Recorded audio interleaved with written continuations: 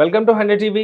ఆంధ్రప్రదేశ్లో గత కొన్ని రోజులుగా తిరుమలలో జరిగినటువంటి అత్యంత దారుణమైన విషయం వైకుంఠ ఏకాదశి టికెట్ల విషయంలో అక్కడ జరిగినటువంటి నేపథ్యంలో కొంతమంది ప్రాణాలు వేడటం జరిగింది. అయితే దానిపైన ఇప్పుడు రసాభాస జరుగుతూనే ఉంది. కానీ ఒక పక్కన డిప్యూటీ సీఎం పవన్ కళ్యాణ్ గారు మాత్రం కొంచెం ఒక స్టెప్ దిగొచ్చి సామాన్య ప్రజలకు మాత్రం ఎప్పటికప్పుడు ఏర్పాట్లు పర్యవేక్షించుకుంటూ జాగ్రత్త పడాలంటూ, అలాగే ప్రజలందరికీ కూడా క్షమాపణలు కూడా చెప్పినట్టుగా తెలుస్తుంది. అయితే తర్వాత ఆయన ఏం విషయాలు మాట్లాడారు, ఏ నేపథ్యంలో ఆయన ఏం చెప్పాలని అనుకుంటున్నారు ప్రేక్షకులకి, అమ్మతో మాట్లాడదాం. కర్ణమ్మ గారు మనతో ఉన్నారు. నమస్తే అమ్మ. నమస్కారం.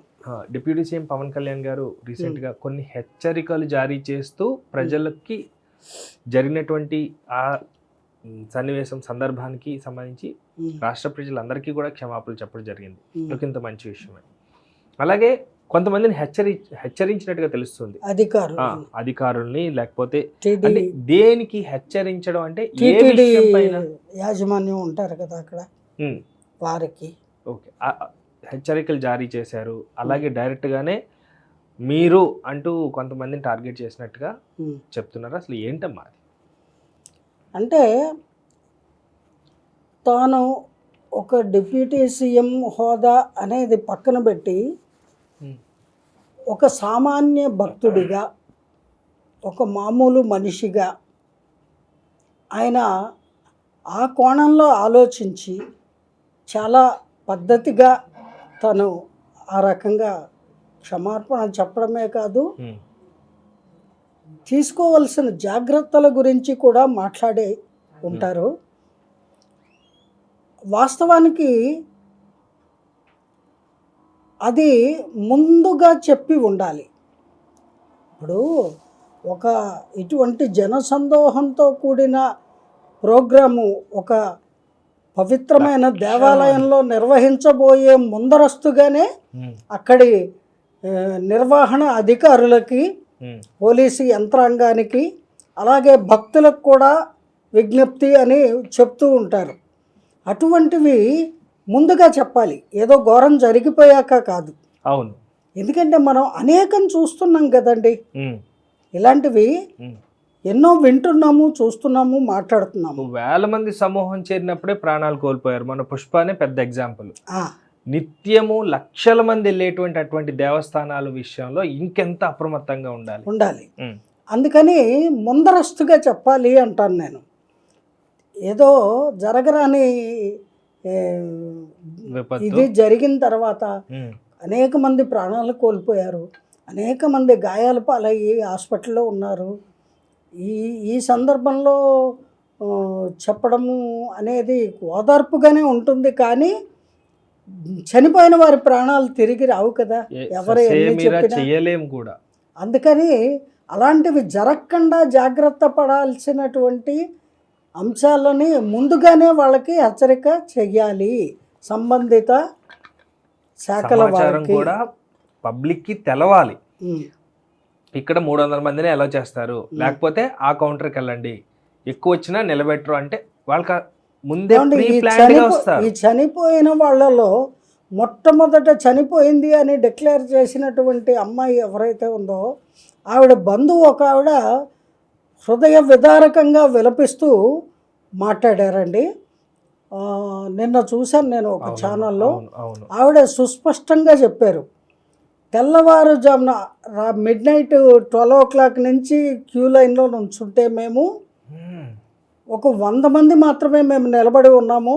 తెల్లారేసరికి మరి భక్తుల్లో కొందరు నిలబడలేని వాళ్ళు, అసహన పరులు ఉంటారు కదా, ముఖ్యంగా యువకులు, మగవాళ్ళు, వాళ్ళందరూ ఒక్కసారిగా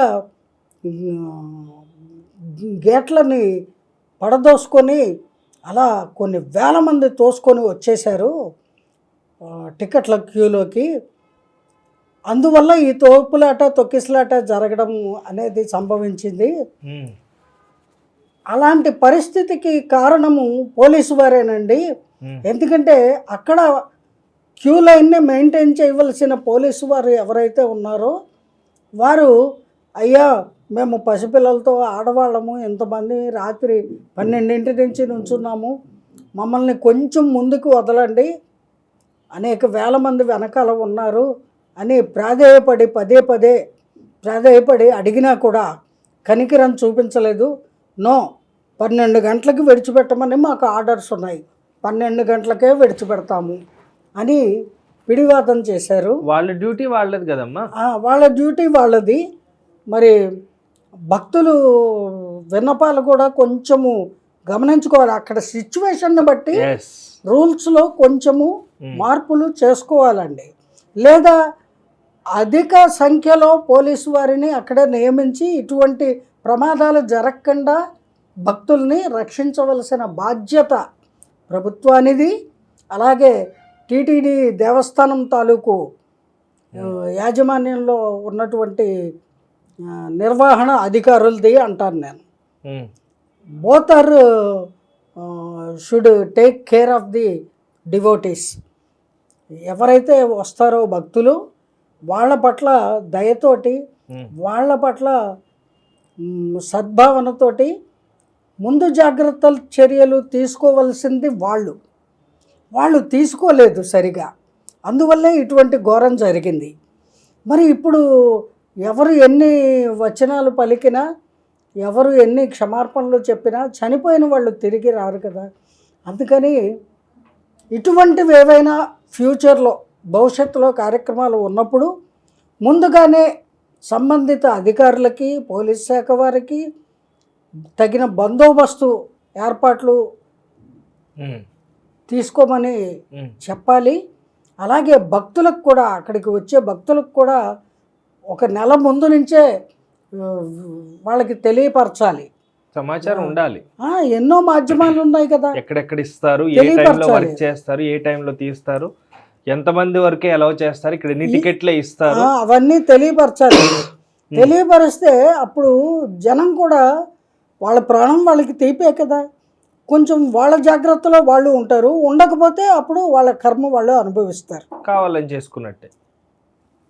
మరి ఇక్కడ వైఫల్యం చాలా స్పష్టంగా తెలుస్తోంది. దేవస్థానం వారు కానీ లేదా పోలీస్ శాఖ వారు కానీ ఆ అధిక సంఖ్యలో వచ్చిన భక్తుల్ని కంట్రోల్ చేయలేకపోయారు. తగినంత మంది సిబ్బంది అక్కడ లేకపోబట్టి, అలాగే రూల్స్ అంటూ ఆడవాళ్ళని, పసిబిడ్డల్ని అణుమాత్రమైన కనికరం లేకుండా అలాగా ఏదో పంజరంలో పక్షుల్ని బంధించినట్టు బంధించి ఆ రకంగా చేయడం కూడా అంత సబబుగా నాకు అనిపించలేదు. ఏమైనప్పటికీ ఈ దుర్ఘటన జరిగినందుకు ఎంతగానో నేను బాధపడుతున్నాను. ఆ స్వామివారి యొక్క దయ వలన తక్కిన వాళ్ళు క్షేమంగా దర్శనం చేసుకొని వాళ్ళ ఇళ్లకు చేరాలని కోరుకుందాం. థ్యాంక్ యూ అమ్మా. Thank you viewers. బాయ్.